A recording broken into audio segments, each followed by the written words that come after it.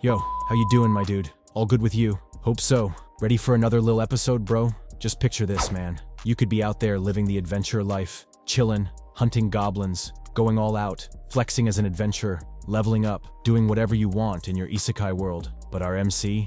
Nah, he decides he's gonna do what? Build a fridge. Yep, dude's gonna make a fridge. That's his whole Isekai vibe. While all the girls are left speechless by this Elon Musk level Isekai tech, my guy just drops a humble, "Oh, this is just to store food." Like it's not a massive game-changing invention in that medieval world where they got literally nothing. Only thing missing was him saying he'd roll out a microwave next week, bro. But chill, cause the man's just getting started. He barely finished inventing a fridge and he's already thinking about his next project. Sophia, all curious, asks, "So genius, what crazy thing are you gonna do next?" And he hits her with, "Gonna forge some new gear with the mithril and adamantite I got. The rarest, most expensive metals in the whole damn universe." My dude is flexing hard, no shame. To get those minerals, he heads over to the Adventurers Guild and checks in with Hans, who confirms those metals are like crazy rare, bro. But Hans suggests Takumi should combine them with alchemy, man. Only catch? That's gonna drain a ton of mana. So what's the most practical solution? Mining, obviously. Hans mentions a city called Horus, where there's a mine loaded with those minerals.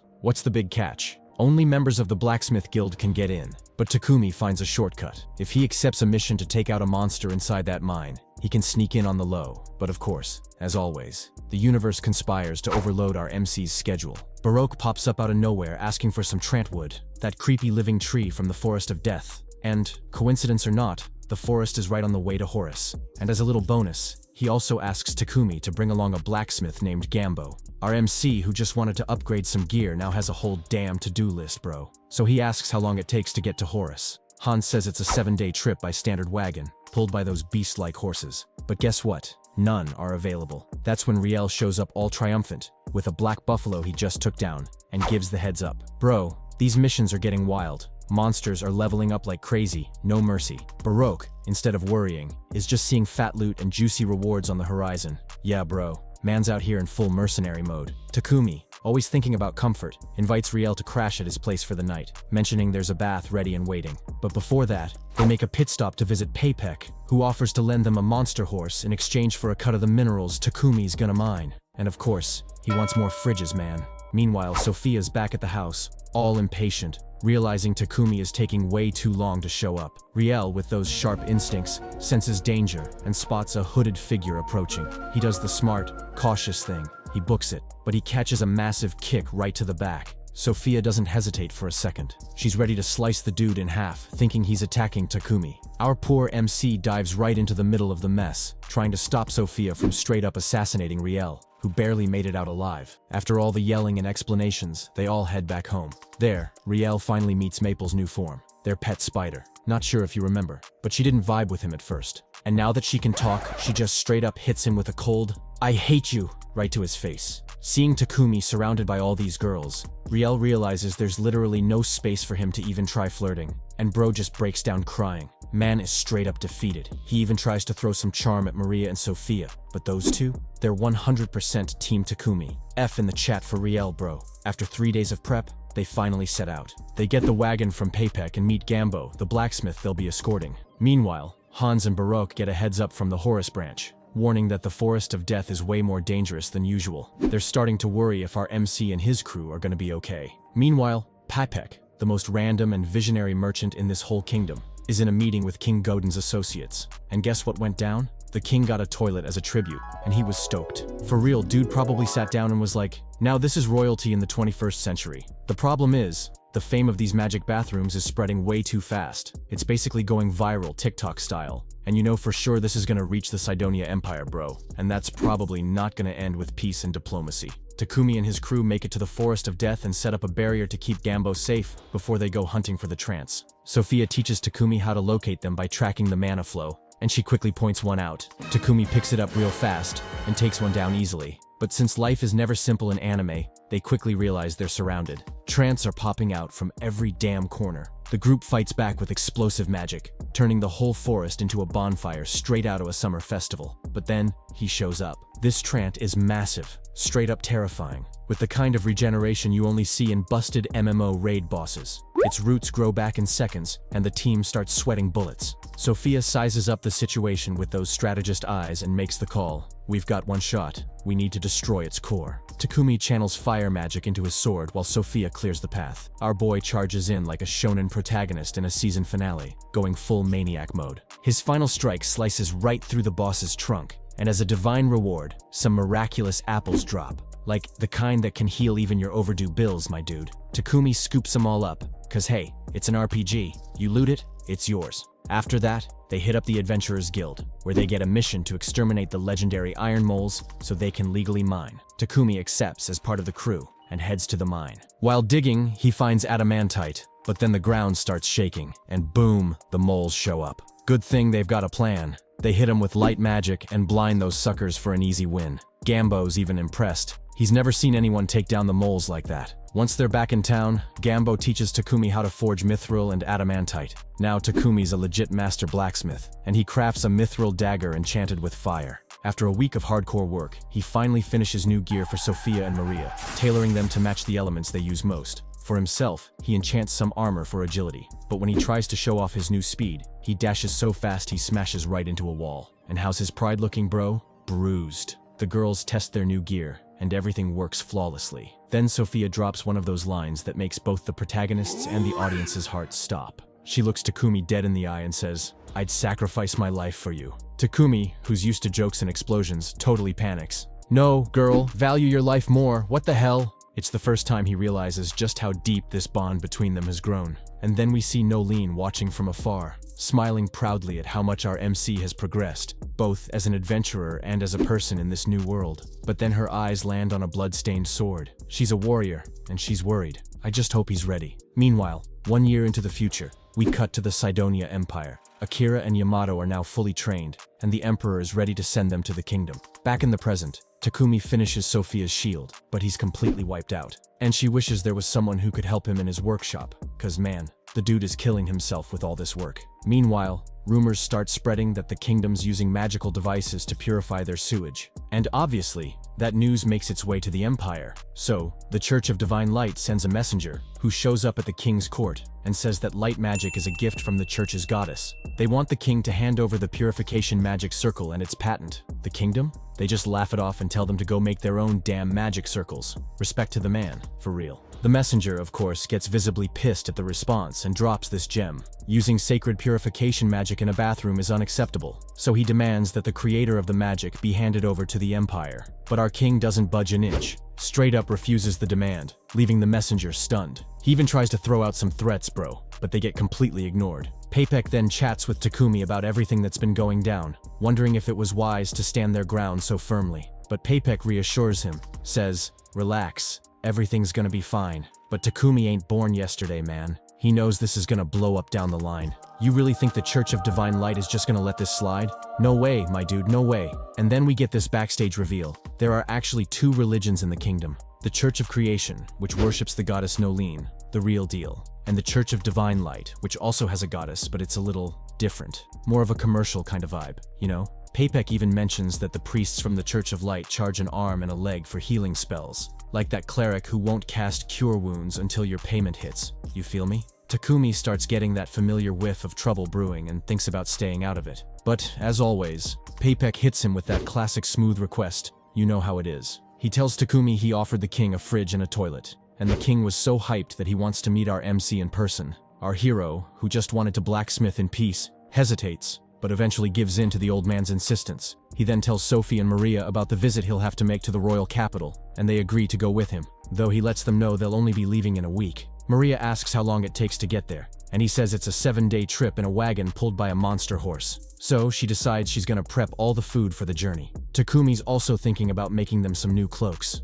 After all, he got a few magic stones from Papek, and he can enchant them with spells to block perception. Sophie thinks that'll come in super handy in battle, and Takumi adds that it'll help with unwanted stares too, if you catch his drift. You know he was talking about that creepy NPC in the cave, right? At the market, Maria brings up a serious topic. Takumi, you don't take care of your health at all. Sophie jumps in and starts praising his talents, rattling off a list of Takumi's skills. Then Maria, with that mischievous little grin, throws a light jab at Sophie, catching her totally off guard. Blushing hard, she tries to play it cool. I just think he's an amazing master, that's all. And then she dashes off. Maria watches her go and mumbles to herself, totally crushing, huh? Takumi takes the chance to visit the Church of Creation. When he prays in front of Nolin's statue, he suddenly gets teleported right in front of her. She assumes he's there to ask for a safe journey or something, but he tells her he actually has a few questions. Takumi asks if there's a goddess named Anete. Nolin insists she's the only goddess there is, but quickly follows up by saying he'll learn about Anete eventually. Then she asks why he's so curious all of a sudden. Takumi explains that the Empire is closing in on him. That makes him wonder if Sidonia's influence could be those blessings she gave him.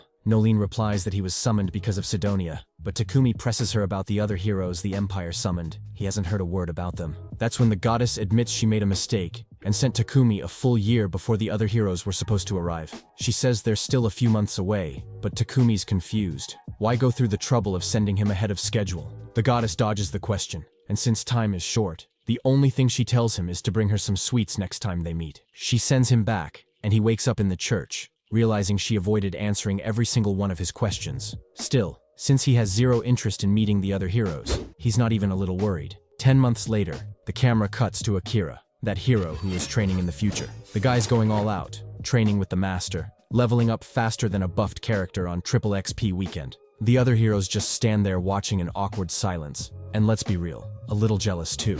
The dude's crushing it. Back in the present, Takumi finally finishes their new magic cloaks, which, by the way, make them look way cooler than they already did. He compliments the girl's new look, and Maria instantly replies, "You're exaggerating, master." With the cloaks ready, Takumi reveals his next visionary hygiene plan, building a custom wagon. Because relying on rentals? That's rookie adventurer stuff. Seriously, zero comfort. Akira's over there thinking, man, this thing's gonna be miles better than anything out there. Wouldn't even be surprised if the guy installs a magic AC in it, right? But first, they still gotta solve the transport issue. The plan is to borrow a monster horse from the guild, but Maria already has a quest hack in mind. There's a forest nearby crawling with monsters. Yep, the Forest of Death. Yes, that one again. That dang forest always pops up. She says it's got unicorns and drake horses, faster and stronger than the usual ride. Takumi's sold immediately, and off they go like they're about to farm a legendary pet. On the way, he asks the question we're all thinking. What the heck is a drake horse, man?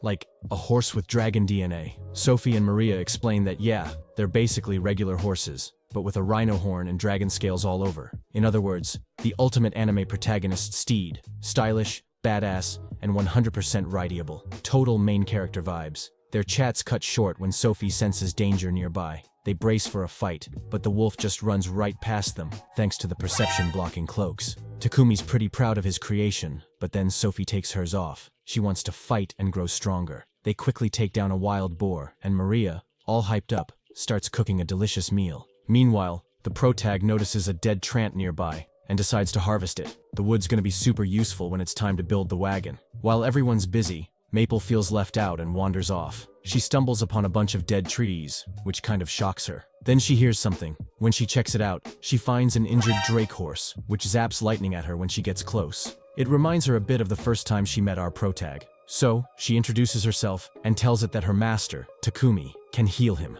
Just then, Maple spots two termite monsters and traps them with her webs, while the drake horse fires off a lightning bolt from its horn to help. Soon, hundreds of termites swarm them, so Maple spins a tough web shell around herself and the drake horse, trying to reach out to Takumi somehow, but she can't connect with him telepathically. Just when she's about to give up, Takumi and the others show up to rescue her. She bursts into tears and hugs him tight. She explains she couldn't reach him, and Sophia points out that the thick web layer probably blocked the magic communication. Our protag, all protective and serious, says he noticed their mana link get cut off and followed the trail to find her. But that's when he sees the drake horse passed out nearby, still breathing, but totally in that "I'm done, bro, I'm offline" state. Maple, eyes sparkling, begs Takumi to heal him. But here's the problem. The horse's protective shield repels Takumi's magic. It's like the creature's in self-defense mode against any outside spells. Like, nah man, I don't need help, I'm good. Takumi studies the unconscious horse and the magical barrier, trying to figure out how to break through without hurting it. Tension's high, the mystery's deepening, and this connection between Maple and the horse is starting to look like a major new bond in the story. And it all started because no one asked the Spider Girl to help chop wood, or because she just decided to wander off into the forest of death. Great idea, right? Takumi decides to place the injured horse inside his private dimension, along with Maple. Sophia thinks it's risky, it could overload his body, but the protag insists he'll be fine. Still, he ends up collapsing from mana overuse. He tries to drink a potion, but his body burns through it instantly, and he passes out. They rush him back home, and Sophia realizes that since Takumi didn't summon Maple, he's burning through all his mana keeping that dimension up, and he could die if they don't remove the horse. Sophia kisses Takumi's hand and manages to communicate with Maple inside the dimension. She tells her they need to get the horse out. Maple hesitates, worried the horse will panic in an unfamiliar place. So Sophia asks her to prep a protective shell like before. Then Maria heads to Papek's shop to grab some medicinal herbs for the creature, while Sophia stays by Takumi's side. The next morning, our protag wakes up and finds Sophia still with him. He acknowledges everything she did to save him and thanks her for it. They visit a garden where Maple's been looking after the Drake horse. Takumi sees that they might actually become good friends. He introduces himself as Maple's friend and is finally able to use healing magic, helping the horse regain its strength. And now comes the classic question anyone asks after adopting an OP creature. What are we gonna name it? Maple, always sticking to her theme, insists it's gotta be a leaf name, like hers. Takumi thinks for a moment, and then it hits him. The perfect name, Camellia. He explains, the camellia is a tree that keeps its leaves all year round, and its flowers are red and white, just like her. And that's when it hits us. Our protag's going through a peaceful moment, but you know what comes after the calm, right? Yeah, man. You have no idea what kind of storm is brewing. Curious? Then stay tuned to find out what's coming in the next episodes. I'm wrapping it up here. If you liked it, drop a like, leave a comment with your predictions or what you thought about these last 2 episodes. Make sure to subscribe to stay in the loop and catch all the upcoming videos. And check out this one I'm linking here for you. It's worth it. See you there. Until next time. Peace out, my friend.